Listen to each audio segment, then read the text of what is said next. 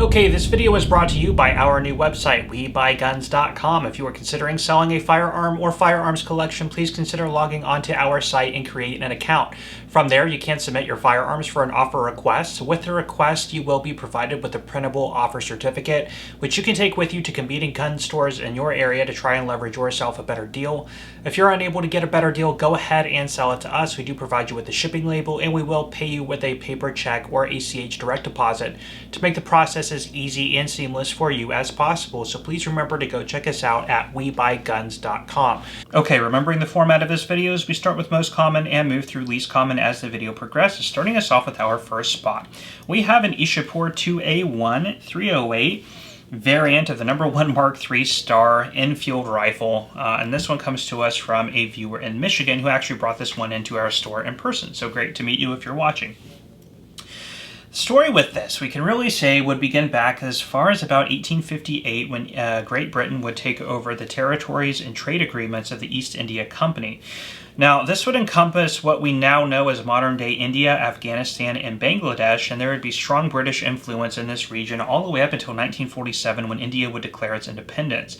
Now, during this time, the Indian military was more or less conscripted to help Great Britain with its, military and global expansionism and dominance in the local area at the time. This would include such conflicts as the Anglo-Afghan Wars, the Anglo-Gurkha Wars, the Anglo-Burmese Wars, the Opium Wars, and World War I and World War II. So it goes without saying that the Indian military did adopt a lot of Commonwealth armaments, which would also include the Enfield patterns as well. Now, we would say that Ishapore would actually be founded in 1905, and they would be instrumental in a lot of the development and production of these firearms. Now, post unification, or I should say post independence in 1947, this would be sort of the final adaptation of the British Enfield off the #1 Mark III pattern, which would be developed and used by India. This would really show a transition into modern military equipment like the FAL and other things of that nature, which would actually take place many years after other countries had moved into modern military equipment themselves, which would be things like the AK-47, the M16, the M14, the FAL, the G3, the Semi-C. So they're pretty far behind in arms development, but through about the 1960s, we start moving from this type of technology to more modern semi or select fire armaments, okay? But these are actually still employed forces today, used as mainly civil guard and training implements. Some of the changes that would be made to this is they would use a more robust and durable quality of steel to handle the higher pressure 308 round. Because this is a non-rimmed casing, this would stagger in a traditional column type of feeding system, like this more boxy magazine, as opposed to the more iconic and identifiable wedged shape of the original 303 Enfields. As those are rimmed, they tend to sort of fan out as they're stacked. You have a different style of nose cap. It's a little bit more rounded off and squared on the edges, as opposed to the more rounded type of shape of the original rifle, although this did have provisions to fit the original 1907 style sword bayonet used by Great Britain in the First World War. I think we go to 2,000 meters on its rear sight elevation here in the back. And you do have an FAL style butt plate here in the back as well. So those are some of the modifications that were made, being adopted in 1963, of course. Really interesting rifles. Now, if we look at the collector market on these are interesting surplus rifles having ties to, of course, the original British pattern. Also, if you are a collector of arms that are used from around the world, being one of India's kind of final variations of the Enfield, this is a very interesting one to collect, and also in a more available caliber, being 308. Now, if we look at the pricing on things like this, they do lag a little bit behind the traditional #1 Mark III or #4 Mark I Enfields coming out of places like Australia, Great Britain, or Canada. Again, not much emphasis is put on collecting Indian armament, but because of the more readily available ammunition, these do make really good shooters. I tend to see these on the market in really poor condition, maybe around the 300 mark, and really good condition, maybe upwards of the $600 mark. So they are still affordable as far as Enfields go, and they are gaining a lot more collectability and definitely increasing in value. So anyway, really happy to get this one in and share it with you guys. This is an Indian 2A1 Ishapore variant of the #1 Mark III Star Enfield. So happy to get that in. Okay, up next is an interesting firearm that comes to us from a local customer. This is a Ruger new model single 6 22 LR 22 Magnum conversion with the conversion cylinder here in this little bag. Now, I've had a couple of these single 6s on here before, but I like this one. Wanted to share it because it's got a unique 9.5-inch barrel, which is kind of cool, kind of like a button line special, if you will. Now, the story with this would begin with its development of the original single 6 in 1953. Now, if we remember, just post-World War II in the 1950s, there's a lot of new interest coming in with the old sort of spaghetti Western movies, and around that time period there is a huge growing collector base with those types of firearms. So we have interest in, the 1873 single action armies, the Winchester lever guns, and things like that. So there's an emergence in the market of firearms in this type of style. Remember, Colt would come on with its second variation, or what we call like the second series or second model of the single action army, so they're putting those back in production. Colt's even coming out with a 22 caliber version of the single action army as well. You have Uberti over in Italy starting to come out with replicas of the Colt single action army to sort of scratch the itch or at least hit the desires of the US consumer market with those types of firearms. Also in this time period, we are post-World War II, so a lot of companies are trying to figure out what to come out with to refresh their interest in their consumer-based firearms market, as there's no longer this big need for these military contracts that they had been enjoying in the previous decade of the 1940s.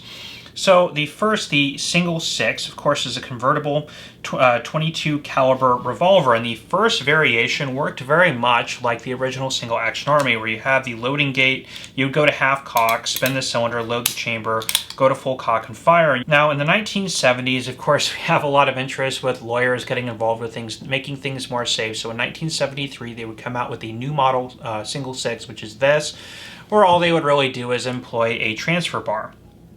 Now, aside from things like the adjustable sights in the rear, the taller front sight post, the transfer bar, this was a pretty good facsimile and representation of the original single action army. So if you wanted to go out and enjoy, whether you were going to do, small game hunting or just target plinking, it was a very popular option. And as far as these smaller frame 22 caliber single action revolvers would go, the single 6 and new model single 6s were probably amongst the most popular, even more popular than the Colt variants, which were also on the market at the same time and were a facsimile of their own design of the single action army. There were other companies like Iver Johnson and H&R that would come out with similar types of designs as well, and companies from Germany. So one other interesting thing I wanted to share about this, and oftentimes I'm asked by people who are purchasing used firearms from me, is, do you know anything about the gun or where it came from? And oftentimes I don't, but this is an interesting little bit of provenance with the firearm that I thought I would share. So this was actually in 1982. Here's a little personal sales receipt that was filled out between buyer and seller. And it says, I, Bill Hudson, received from Maurice L. Bruinsma on 5/24/1982 a 1934 Chevrolet chassis in trade for a Ruger 22 caliber revolver with serial number, and the serial number matches the firearm. It's signed and notarized. And there's a copy in here as well. And there are two black and white photos of a beat up, what I would guess is the 1934 Chevrolet chassis in the box with the firearm. So these are the pictures of the car, the chassis. I guess it's pretty beat up. That was traded for this revolver in the 1980s. So there you have it, the story of this revolver, at least when it exchanged hands between these two individuals, buried in the back of the original box. So cool to share that with you guys. But anyway, that is a Ruger new model single 6 with a 9.5-inch barrel. Happy to get that in and share it with you guys. Okay, up next I have an interesting firearm that comes to us from a local customer. This is a Cobray M11 9mm carbine that actually has a removable, very weird shoulder stock and this barrel shroud and 16-inch barrel, making it, of course, classified as a rifle. Now, this is actually based very much off of the MAC, Military Armament Corporation Model 11, which was the compact version of the MAC Model 10. Now, the MAC 11 and MAC 10 were designed by Gordon Ingram in the early 1970s, around 1972, 1973, primarily as an open bolt submachine gun or machine pistol. Now, those would be popularly used in Hollywood and was actually intended to be used with military special forces, but it would never catch on. It did see some military adoption and use in the war in Grenada, or the conflicts in Grenada, I should say. And is actually really, again, known for use in Hollywood, specifically filling the role of the bad guys or the gangsters type firearm. Now, in the early 1970s, there was a married couple known as Wayne and Sylvia Daniel who purchased the parent company of Military Armament Corporation known as RPB Industries. And by about the late 1970s, they had production rights to the Mac 11 and Mac 10 variants, which they call the M11 and M10, manufactured, of course, and their company would be known as Cobray. They would manufacture these through the early 1980s when they would start getting investigated by the ATF because the closed-bolt semi-automatic variants that they were producing were too easily converted to a machine gun configuration and thus used on a lot of like gang-related incidents and things like that. So by about the early 1980s, these would actually be forced to be closed out of production, even though the the ban on new production machine guns did not pass until the 1980s. The problem is if you took a semi and converted it, you still are in possession of an illegal unregistered machine gun, which was the problem. Now, as far as I know, the company was then dissolved. Their son would take up ownership of the company, and they still manufacture parts and things like that. But again, as far as I know, you have not been able to purchase completed Cobra M11 and M10 since about the 1980s. So it is very much a staple of the 1980s and very interesting firearms. Being a closed bolt derivative, they are interesting sort of unique novelties, I guess, for range use. If you like something like the M10 or the Mac 10, the Mac 11 to be added to your collection in a semi-automatic closed bolt configuration, you can still pick them up on the market today, and they are not super expensive, usually hanging around anywhere from about $400 to $600 depending on what it is, original box condition, and that sort of thing. Now this, as mentioned, has been converted into a carbine variant with a 16-inch barrel, this sort of heat shield up here at the front, and the stock. This is an interesting adaptation, which is really just a wing nut that's threaded down. There is a hook that turns in, if I'm going to be able to remove this, it's kind of wedged in there. But there is a hook that really just grabs into a bottom recess in the bottom of the receiver.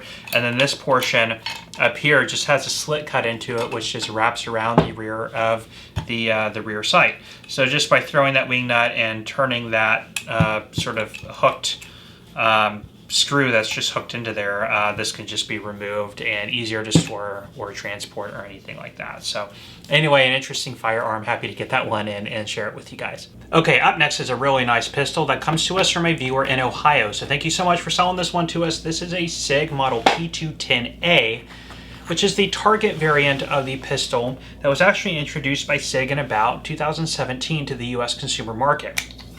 Now the lineage with this would actually start back with the Swiss P49 when it was adopted by the Swiss military in the late 1940s.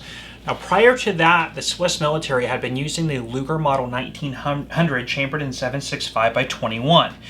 Now, by about the end of the Second World War, Switzerland, like a lot of other countries, had realized that they needed to modernize their military. A lot of countries in Europe at the time had been using variations of the Luger, which was difficult and expensive to manufacture and was prone to stoppages in the field, difficult to get replacement parts for, so they needed something a little bit more standardized and a little bit more modernized.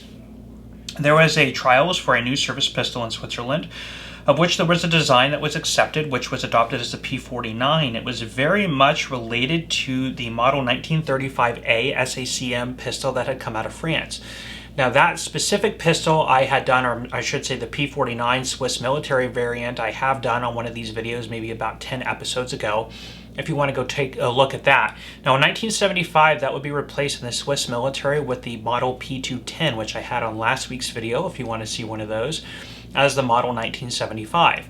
Now, in 2017, as I had mentioned, Sig here in the United States had come up with a civilian production model off of the P49 known as the civilian model P210. More specifically, this is the modern P210A.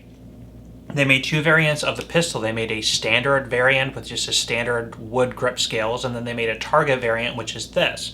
Now, coincidentally, about a year ago, they did discontinue production of this pistol. I don't know if they've discontinued production indefinitely, but I know as of right now, they are no longer manufacturing these.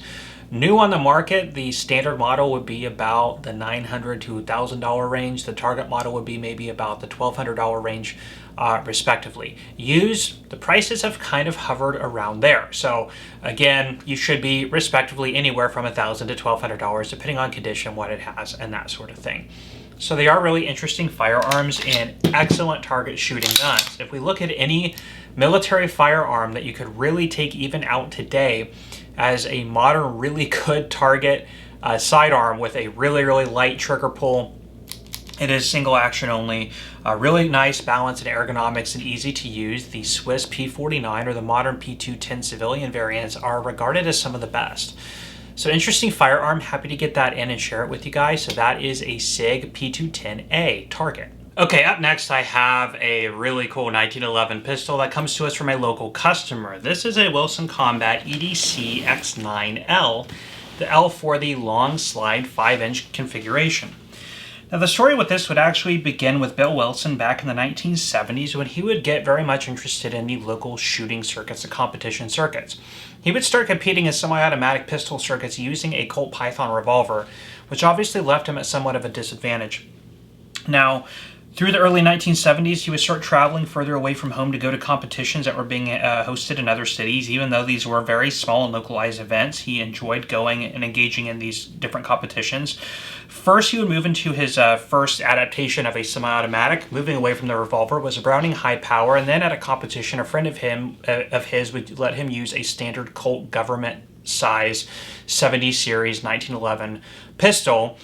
But at the time, he was also competing against guys who were using much of the race gun style 1911s of the 70s and 80s with the Packmeyer upgrades and things like that, which again was leaving him at somewhat of a disadvantage. Now, back before getting into firearms, he had been working with his family in their local jewelry and watch shop, so he was very used to very small, intricate work and details on repairing and manufacturing watches and jewelry. He would take that experience and go home with his government 1911 and start tinkering with it, trying to hone it in and accurize it as much as he could. Going back to these competitions, he and other shooters would start to notice that he was doing very, very well, and people were impressed with the reliability and the accuracy and the performance he was getting out of his handcrafted 1911s, and soon orders would start coming in from fellow competitive shooters to start doing the same to theirs. Now, back in the 70s and 80s, the landscape of accurized and very precise gunsmithing was leaving a lot to be desired. I guess you would say you would either have to compromise on sending off your firearm to the few people who were trusted to do the work, and it would take you a long time to get your firearm back, or you would send it up to these sort of fly-by-night gunsmiths who would often do a pretty bad job, and in a lot of cases, detract on the value or the craftsmanship or the workability of the firearm. So this industry was ripe for the taking for somebody who could offer quick turnaround and good customer service with really good outcomes on the results of the firearms, and that's what Bill Wilson did and gained a big name for himself. He would then get into creating his own company, which would evolve into what we now know today as Wilson Combat. It's one of the leaders in making premium high-end 1911s. Now, when it comes to their lines, you can get either production firearms or you can get their sort of order sheet style of 1911s. This is somewhat of a production line. There are a couple options you can choose on them, and they retail brand new for about $3,100. On the used market, these I think are sitting at around the low 2000s in good condition. This one's got all of its original stuff, so somewhere around there. 9mm, the L is the long slide. They have these short slide variants as well with a little bit of a shortened grip on it. 9mm with the double stack magazine. So really, really nice. I've had Wilson Combats on here before. Of course, like any other 1911, it is a single action with a very nice pull, high-vis front fiber optic sights, rear and front slide serrations, accessory rail down here, nice. Even though this is a double stack, very nice ergonomic grip, and I am somebody with a small hand size. Traditional Wilson Combat grips. Overall, just really what you would expect from their line, and these really are regarded as some of the best 1911s you can get on the market, up there with Ed Brown and Les Baer and things like that. So really cool firearm and great to get in. Now also Wilson Combat, because really they got their humble beginnings by taking other people's firearms and making them better. They do that as well. You can get, Wilson Combat style Berettas and things like that they co-op with other manufacturers. So a really cool brand, and they make really good products. Again, usually a little bit pricier, but you really do get what you pay for, and I am a personal fan of the Wilson Combat brand. So there's that for you, a Wilson Combat EDC X9L. Okay, up next I have a German P08 Luger. This one comes to us from a local customer, so really happy to get this in. I had a couple couple Lugers on these videos maybe a month or two ago, so sorry to rehash one that's already been on a video recently, but when a Luger comes into my store, I can't really resist but showcase it on the video.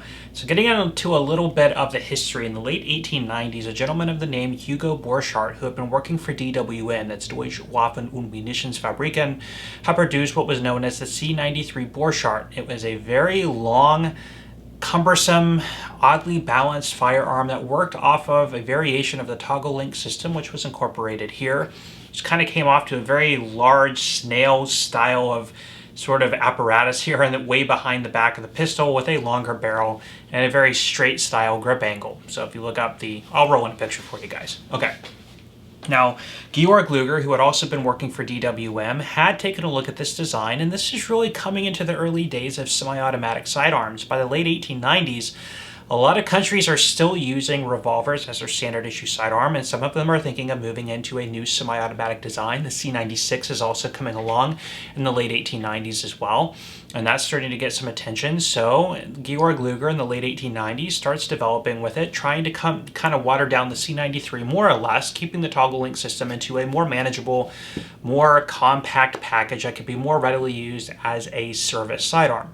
So in 1900, the first real military production variant, the Model 1900, which would be really known as the Swiss Luger. We already talked about that as the variation that was replaced by the P49 in Swiss military service, had come about and had seen a lot of success. Just 4 years later, the German Navy would adopt the Navy variation of the Luger, which would have a tangent rear sight and about a 6-inch lengthened barrel. This is 4. And then the P08 in 1908 by the German military, and the standard Luger cartridge, the 30 caliber Luger. German military wanted something a little bit more potent, so they flattened out the walls of the casing, and there you have the 9mm Luger, 9mm Parabellum for war, which is where the 9 came from, the 9 that we use today, the 9x19, which is why it's called the 9mm Luger. That's sort of the trace history of that. Now, these would stay in German military service through the First World War, being manufactured by DWM, Deutsche Waffen- und Munitionsfabriken, as well as Erfurt. This is the DWM. This is manufactured in 1913, so very early World War I era.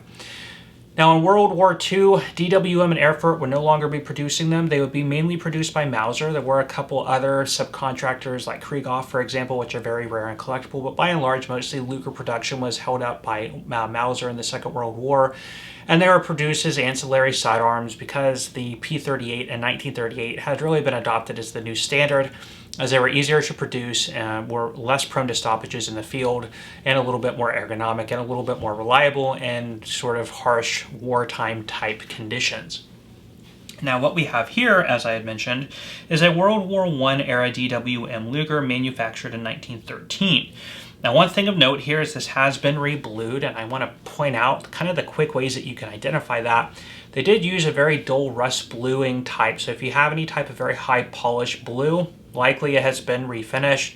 But the dead giveaways are, until 1937, the small parts have this sort of yellowish straw color to them. That would be the trigger, the takedown lever, the safety lever, the trigger bar, things like that. So if you're looking at something that was produced prior to 1937 and it's 100% black and blued, it's been refinished, and that's the case here. So as a shooter grade, the Lugers you can get typically in about somewhere between $1,000 and $1,500 depending on condition and things like that. Even like a refinished Krieghoff would still go for a lot of money, or a Simpson or anything like that. If you're looking at something like a DWM that is all original finish, all matching, they can climb upwards of around the $1,500 to the $2,000 plus range. DWM, for some reason, out of all the manufacturers, is the least collectible, I would say. Usually the World War II era Mausers, of course the Krieghoffs, the Simpsons, and then you get into the artillery and the Navy Lugers, those are going to bring a lot of money, but the standard P08 World War I variants tend to bring in the least amount of money, but still an all original matching and original finish Luger of any manufacturer is still very valuable and collectible, but unfortunately this one was refinished. Aside from that, there are no import marks, and it is 100% matching throughout, so that's a shame that it was refinished, because this would be otherwise a pretty valuable Luger. But because it has been refinished, it will make a nice and very attractive range piece, a shooter. So if you are a collector of Lugers, and you want something that you can put rounds through without worrying about hurting too much of the collectability or the original finish, something like this is a great option. Or if you are looking for a Luger as a whole filler in a collection and you don't want to drop the $2,000 to $3,000 on an original authentic one with original finish and matching number, something like this is a good alternative. So it is an original German warhorse, just missing its original finish. So anyway, happy to get that in and share it with you guys, and I personally am a collector and a big fan of Lugers. So we just talked about the Po8 Luger and its development in the late 1890s by DWM and Georg Luger. Now over at Mauser, they were in production of their own self-loading pistol, which was the C96. It would come about in 1896 to be produced until 1937, chambered in 7.63 by 25.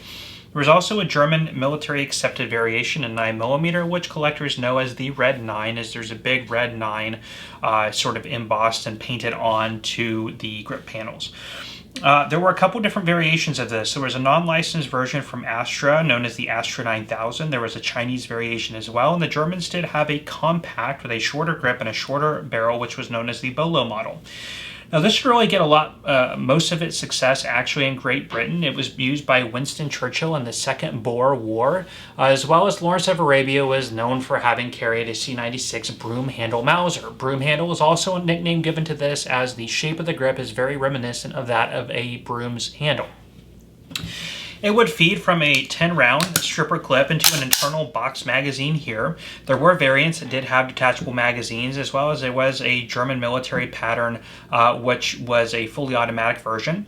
Of course, there was a socket for a stock right back here. This was always known for having its accompanying stock, and which would double as a holster. And I've actually had a C96 on these videos maybe about 6 months ago, so you can refer back to that video, but I'll put in a picture there for you.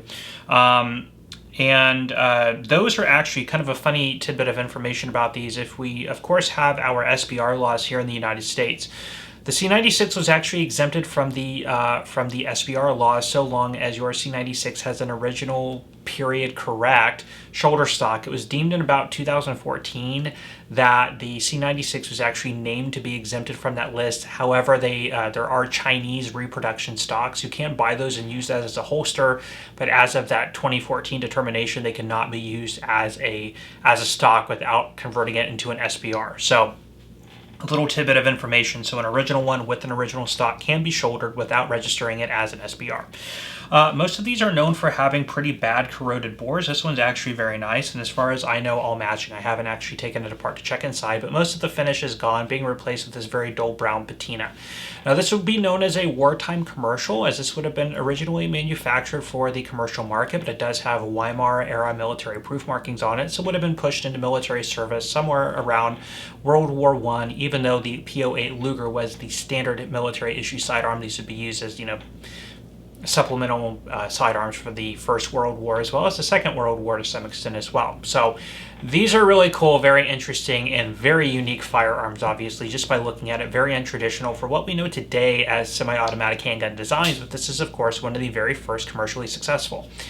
On the market today, something in this condition you typically find ranging in about the $1,000 to $1,500 price point.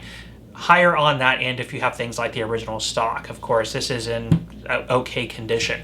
If you have better original bluing with the shoulder stock, a full matching rig, they can get upwards of well over $2,000 into the $3,000 range. But as a nice shooter like this is a nice example, nice all matching original finish, and it would just be a good sort of entry-level option into this type of market. This one also comes to us from the same seller who sold us the Luger, as well as who sold us the next one you guys are going to see. So we kind of joked with him that his firearms are going to be the star of this show. But anyway, happy to purchase these firearms from him, get these on the video for you guys to see. So that is a C96 broom handle Mauser. Okay, last but not least is a very unique and very somewhat uncommon pistol to be found today. This is an AMT Automag III chambered in .30 carbine.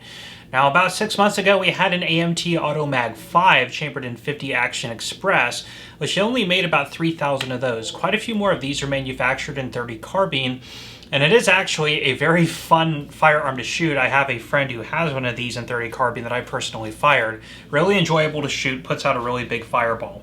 Now, AMT, they would actually get their start back in the 1970s, around 1973.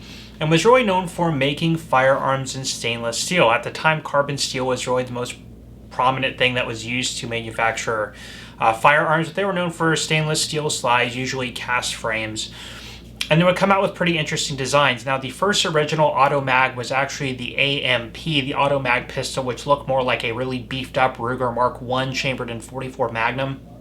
That company would go defunct, and I'm not either sure would be renamed to AMT, which is Arcadia Machine and Tool, or purchased by AMT, but they would stay in business from the 1970s until about the late 1990s. Now, the Automag III, the Automag V would actually come about in the early 1990s, this one hitting the market in about 92, 93, and would be produced all the way to 2001. But in 1998, Arcadia Machine and Tool, AMT, would actually go out of business and be purchased by Galena Industries. And then they would sell in 2001 to High Standard, and then in 2001 these would cease production. So these saw a production run of about 9 or 10 years, and not very many were produced during that production run. This particular one is serial number 2975, so pretty early on in the production. Really cool, interesting firearms on a single action principle. This one has one magazine. The funny thing about these is the magazines are ridiculously expensive, $200 to $300 a piece if you can find them. This one only has one. So a really interesting firearm. Not much else to say about it. Low recoil impulse considering the caliber. It was just a cool and unique firearm. On the market today, they are steadily climbing in value. The AMT Automag III and 30 carbine typically sits anywhere from about $1,500 to $2,500 respectively, depending on condition, what it comes with, and things like that. So these would be more of the affordable of the options. I know the AMT Automag 5 and 50 AE goes a little bit pricier than that, but only about 3,000 of those are manufactured. So definitely a curiosity from the past and interesting. I know there's a lot of collectors of these sorts of things as well. So happy to get that one in and share it with you guys, an AMT Automag III 30 carbine. Well, that is all the time I have for you today on these. Thank you so much for stopping by and checking out this video. If you enjoyed, please let me know by hitting that like button. Please also consider subscribing to my channel and hit that bell notification button so you are aware when I am posting new content. Anyway, guys, I'm going to leave you off there. I am Chris with Marksman Shooting Sports and WeBuyGuns.com in Westfield, Indiana. You are watching Marksman TV, and I will see you next time.